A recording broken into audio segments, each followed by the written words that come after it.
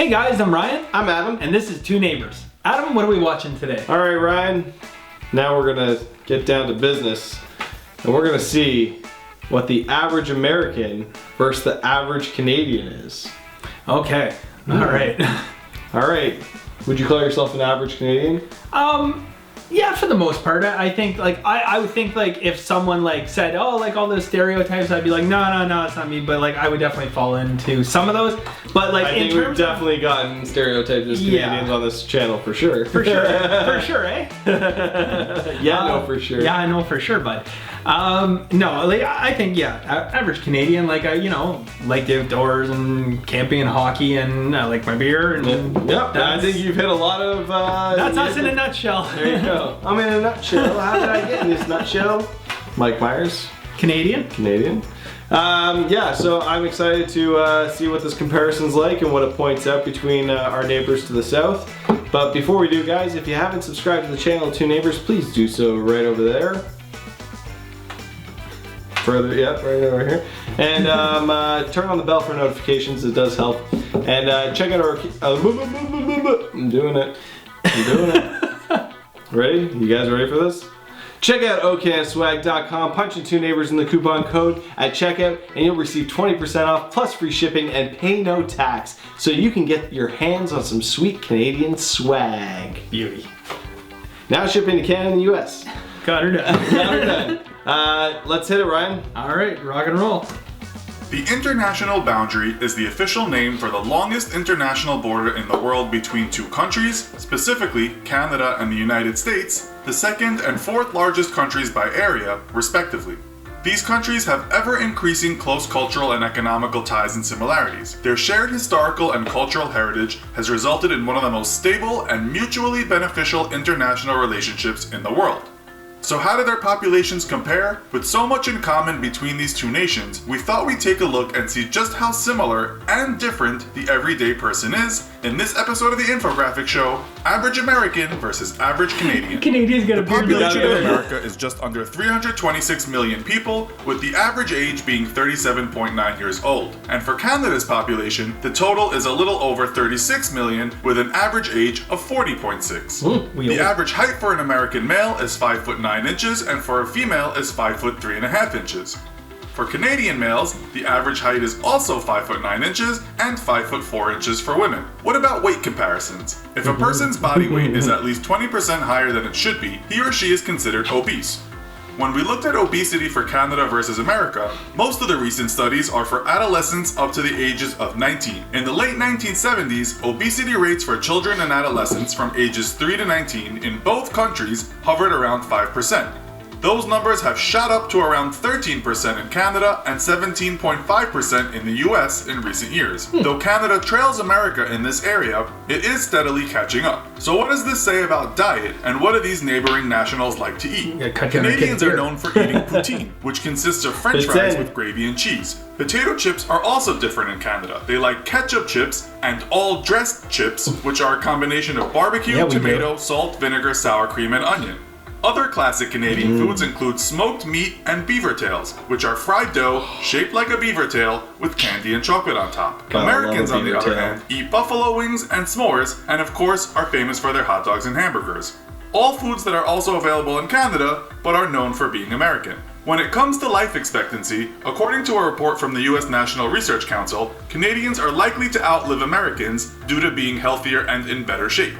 Health is determined by hundreds of things, and some of those are obviously more favorable in Canada than they are in the US, says report co-author Samuel Preston, a professor of demographics at the University of Pennsylvania. Canadians born in 2007 can expect to live up to 82.3 years for women and 79.3 for men, compared to 80.8 and 75.6 for people born in the US. So if Canadians are living longer, surely the healthcare systems of the two countries must differ. Let's take a look. According to Wikipedia, the United States spends much more money on healthcare than Canada on both a per capita basis and as a percentage of GDP. In 2006, per capita spending for healthcare in Canada was $3,678, whereas in the US, it was $6,714. In that same year, the US spent 15.3% of its GDP on healthcare, while Canada only spent 10%. And 70% of healthcare spending in Canada was financed by the government versus 46% in the United States. In terms of access to healthcare services, in Canada, every legal resident is covered through a publicly financed provincial or territorial plan, whereas Americans need to purchase insurance to be covered, with the lowest income being eligible for public coverage through the expansion of Medicaid. What about salaries, you might ask? According to the website numbeo.com, the average income of an American and a Canadian are roughly the same amount. Canada's after-tax monthly income is about $36,000 per year. The US sits just below Canada at approximately $35,300 per year.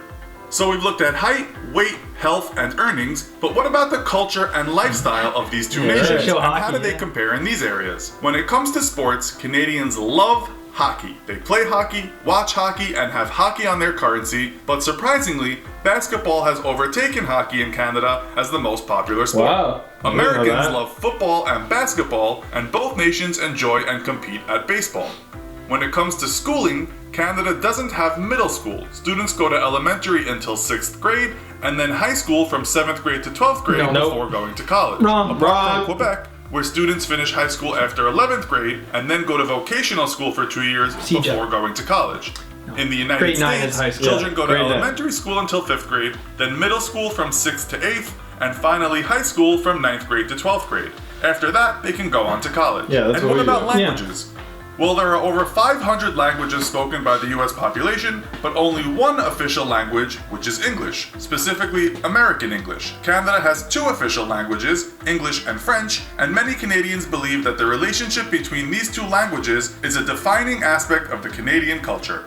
Canada's Official Languages Commissioner has stated, in the same way that race is at the core of what it means to be American and at the core of an American experience, and class is at the core of British experience, I think that language is at the core of Canadian experience. Alrighty. All right. That was it. Yeah. So, we're not all too different in those categories.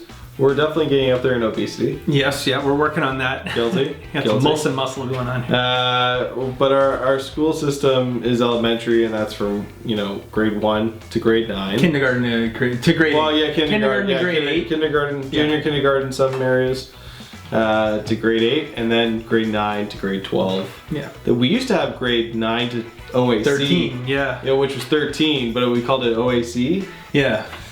I never got to experience that. You probably did. No, I didn't. You did? No, I didn't. Really? No, I was the last year of OAC, but you didn't have to do. Okay, so you were. I definitely knew I was not going to university at that point. So I'm like, you only had to go to OAC if you wanted to go to university. But I felt bad for the people in my year that did, because of the year they got rid of OAC. So there was literally 2 years worth of students all applying to university at once. Right. A lot of people didn't get in. Yeah. Canadian outrage.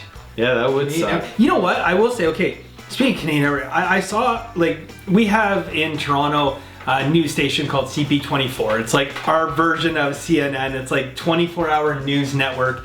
And the other day, they had a little thing and it popped up and said breaking news. So they all breaking news, right? When you see breaking news on CNN, it used to mean something. I don't know if it still does, but everything's breaking news. I know, everything's breaking news now.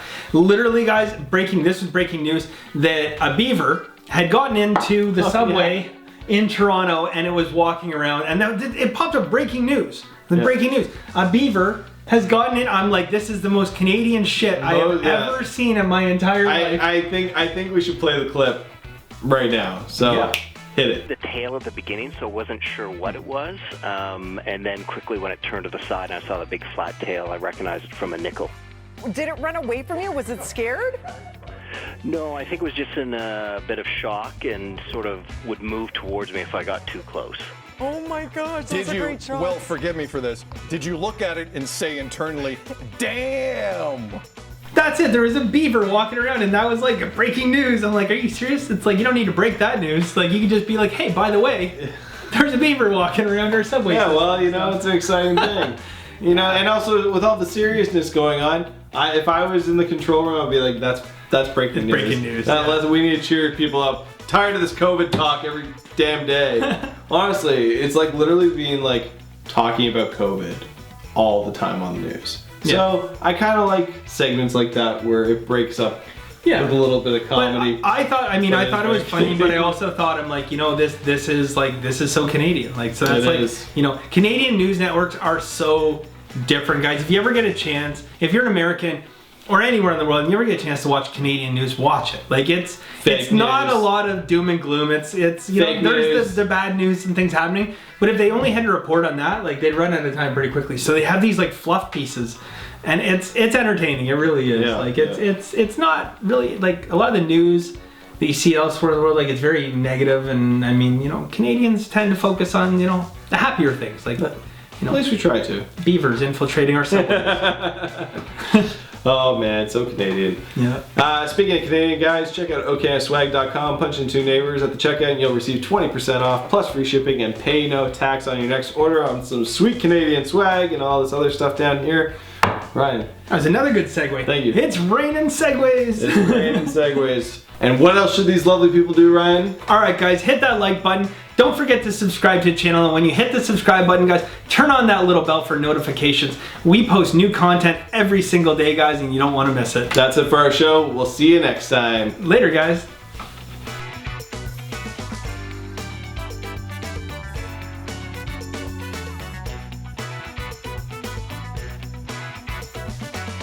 And what else should they do, Ryan? All right, guys, hit the like button, turn on the subscribe, and hit the, I don't even know what the fucking, I don't know. I don't fucking know. Thanks for watching, man. What else did you do? I don't know. What else did you do?